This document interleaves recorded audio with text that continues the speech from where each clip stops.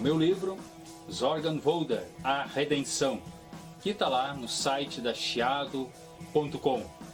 Também adianto a vocês que eu tenho mais livros lá no Clube de Autores.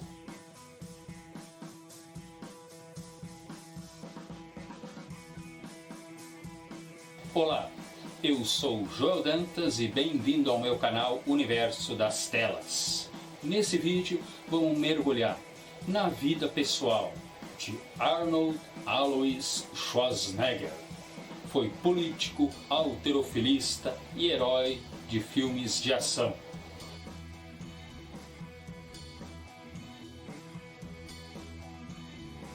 Era 29 de julho de 1947, na Áustria. Sim, ele é austríaco, e toma lá da cara, eu estou chamando Arnold de alemão. Nascia dentro de uma família que pode-se dizer que ficou bem grande. Seu pai e sua mãe eram bem rigorosos e queriam sim que ele fosse policial ou funcionário aí de alguma fábrica. O casamento gerou mais 5 filhos, sem falar que a mãe dele, acabou trazendo um filho, o Meinhard. Este aqui a mãe teve no primeiro casamento dela, ou seja, no geral ela deixou 7 sementes na nossa terra. Sendo criado já em uma área, pode-se dizer bem, rural, desde menino, o garotinho já via a América como um grande potencial para realizar os seus sonhos. Ele sempre usou muito a visualização. Mesmo naquele ambiente rodeado de vacas, cavalos e trabalhadores com seus macacões, o menino já se idealizava sendo grande em alguma coisa. A meta dele, de fato, era ser o melhor de todos.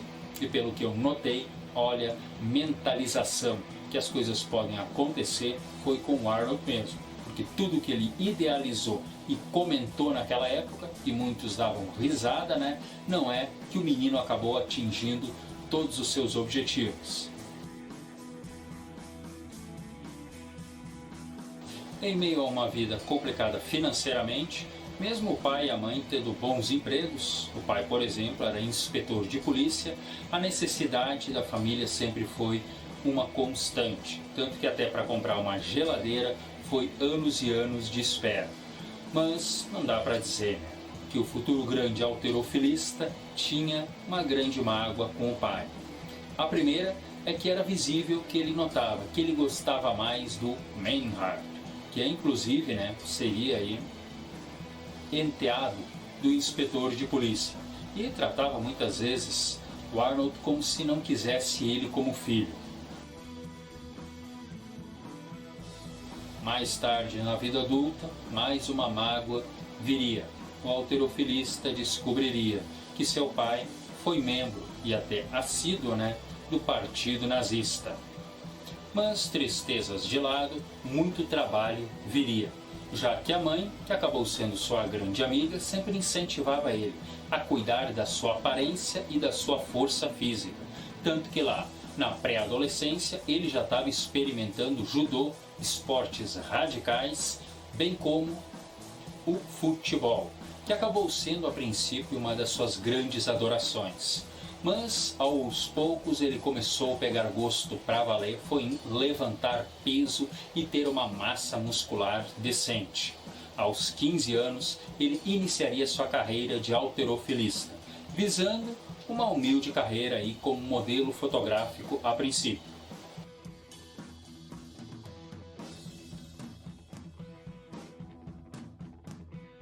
Seus pais, é claro, continuaram batendo na cabeça dele, para ele trabalhar na polícia ou, quem sabe, botar um macacão e ficar em uma fábrica. Só que não adiantou. Assistindo filmes e mais filmes, que no passado eram basicamente de Hércules e Sansão, heróis aí da mitologia grega, o Arnold começou a se dedicar tanto ao halterofilismo que chegou a fazer uma pequena academia na sua casa. Ele começava a fazer corrida colocando até 20 quilos de peso no corpo. E quando não conseguia bancar a academia, que toma lá, acontecia, dava uma chorada aí para os amigos que acabavam convencendo aí os donos da academia a deixar ele treinar quando a academia estivesse fechada. Mas Aliás, teve uma grande comoção, a primeira, pode-se dizer, da sua longa vida, quando o próprio Arnold conheceu o ator Steve Reeves, que acabava sendo, de certa forma, aí, um dos atores que ele mais gostava de ver nos filmes aí, que eu acabei de citar aí, daquela mitologia grega. E não é que o cara incentivou ele a continuar pensando dessa forma, que no início todos vão rir de você, Arnold, e zombar, mas depois baterão palma. Em 1965, aos 18 anos, ele entra, quem diria, para as Forças Armadas da Áustria, já incentivado muito a permanecer lá dentro, porque a refeição era farta e eles sim se dedicavam também ao halterofilismo. Geralmente esses lugares sempre tem aqueles que têm maior fixação por músculos, e ele fazia parte dessa turma. Mas ele acabou deserdando. Por quê? Se mandou para fazer o treinamento. Ele queria participar sim do seu primeiro, pode ser, campeonato bem sucedido, que seria o Mister Universo Júnior. E não é que ele conseguiu levantar o título, mas quando foi botar de novo a sua farda, deram para ele aí uns 10, 15 dias de cadeia por ter feito essa deserção temporária. Com 20 aninhos, ele se torna o mais jovem Mister Universo.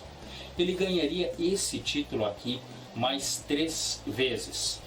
Praticamente matou a sua juventude até então, levantando peso e mais peso, mas já estava aí com o seu primeiro título.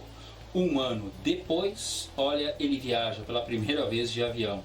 Ele vai para Londres participar do Mister Universo, incrivelmente chegando aos 19 anos ao segundo lugar. Infelizmente faltava, parece, um trabalho maior no corpo dele de definição, mas a sorte sorriria. Um profissional dessa área estava lá e convidaria o mesmo para fazer um treinamento especial. Charles Bennett, apelidado aí de Varg, não sei se assim se diz, né? Era um dos juízes e gostou tanto aí do jovem austríaco que levou ele para dentro da sua casa.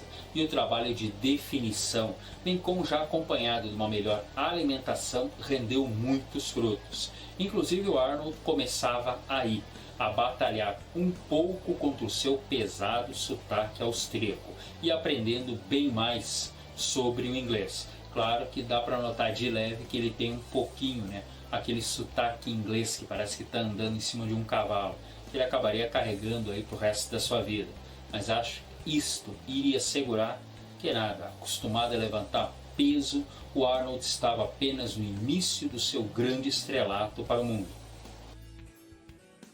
Ele vai depois para Munique, aonde prossegue um treino, levando cerca de 3, 4 horas por dia. Mas pelo que eu entendi, pessoal, não eram 3, 4 horas direto. Havia umas ditas pausas, né? Mas o seu potencial continuou apenas aumentando e olha, pessoas já começavam a procurar ele aí, pensando em usar ele até em propagandas, em outros tipos aí de situação. Pois não ia demorar muito, né, para ele começar a ser visto e ganhar até o título como o melhor halterofilista da Europa.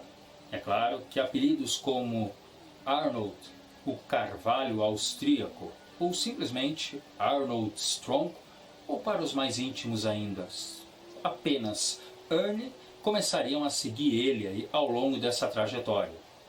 Afinal, né, depois de títulos aí Mister Universo, ele iniciaria sua carreira nos Mister Olímpia. Seriam 7 no total em sua carreira. 6 primeiros seguidos. Se isso não é, cara, se tornar o dono dos melhores haltereles do mundo, o que mais pode se dizer? 1971, seu meio-irmão Meinhard morre em um acidente de carro. Um ano depois, seria a vez do pai do mesmo aí, né? O inspetor de polícia. O Arnold não compareceu em nenhum dos 2 funerais. Segundo ele, estava muito ocupado com eventos aí que tinha que levar muito a sério.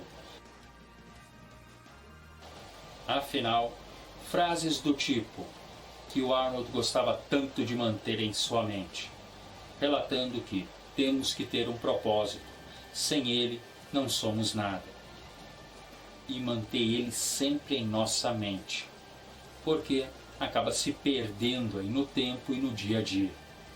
Essa e tantas outras frases positivas que ele já tinha na cabeça desde menino, o pai simplesmente desmerecia aí na cara dele.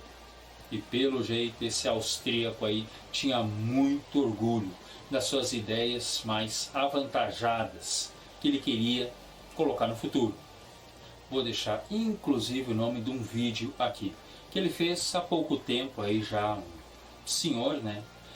Em que ele relata, né, toda a dificuldade inicial dele e como ele teimava todos os dias sobre os seus objetivos. 1968. O austríaco vem em definitivo para os Estados Unidos, agora já tendo na sua mente uma carreira como ator.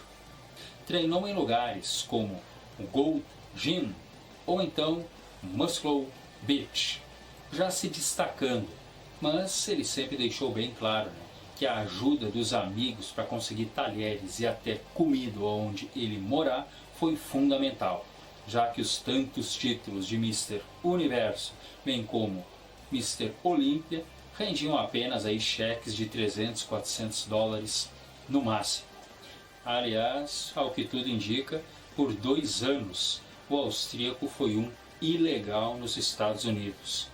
Mas assim que acertou toda a documentação, 1970 faz o seu primeiro Mr. Olímpia, tendo um gigantesco impacto do seu visual, bem como do seu carisma e, pode-se dizer tranquilo, né, vontade em chegar lá.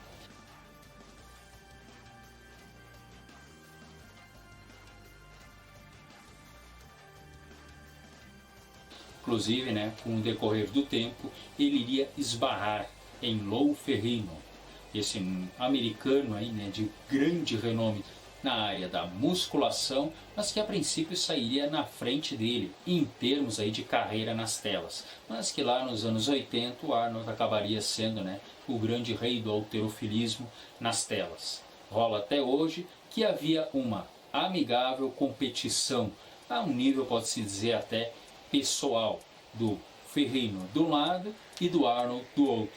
E olha, eu não duvido que o Arnold ia se dar mal, porque a diferença de tamanho dos dois era incrível. Olha como o Lou Ferrigno aí transformou o Arnold num magricelo.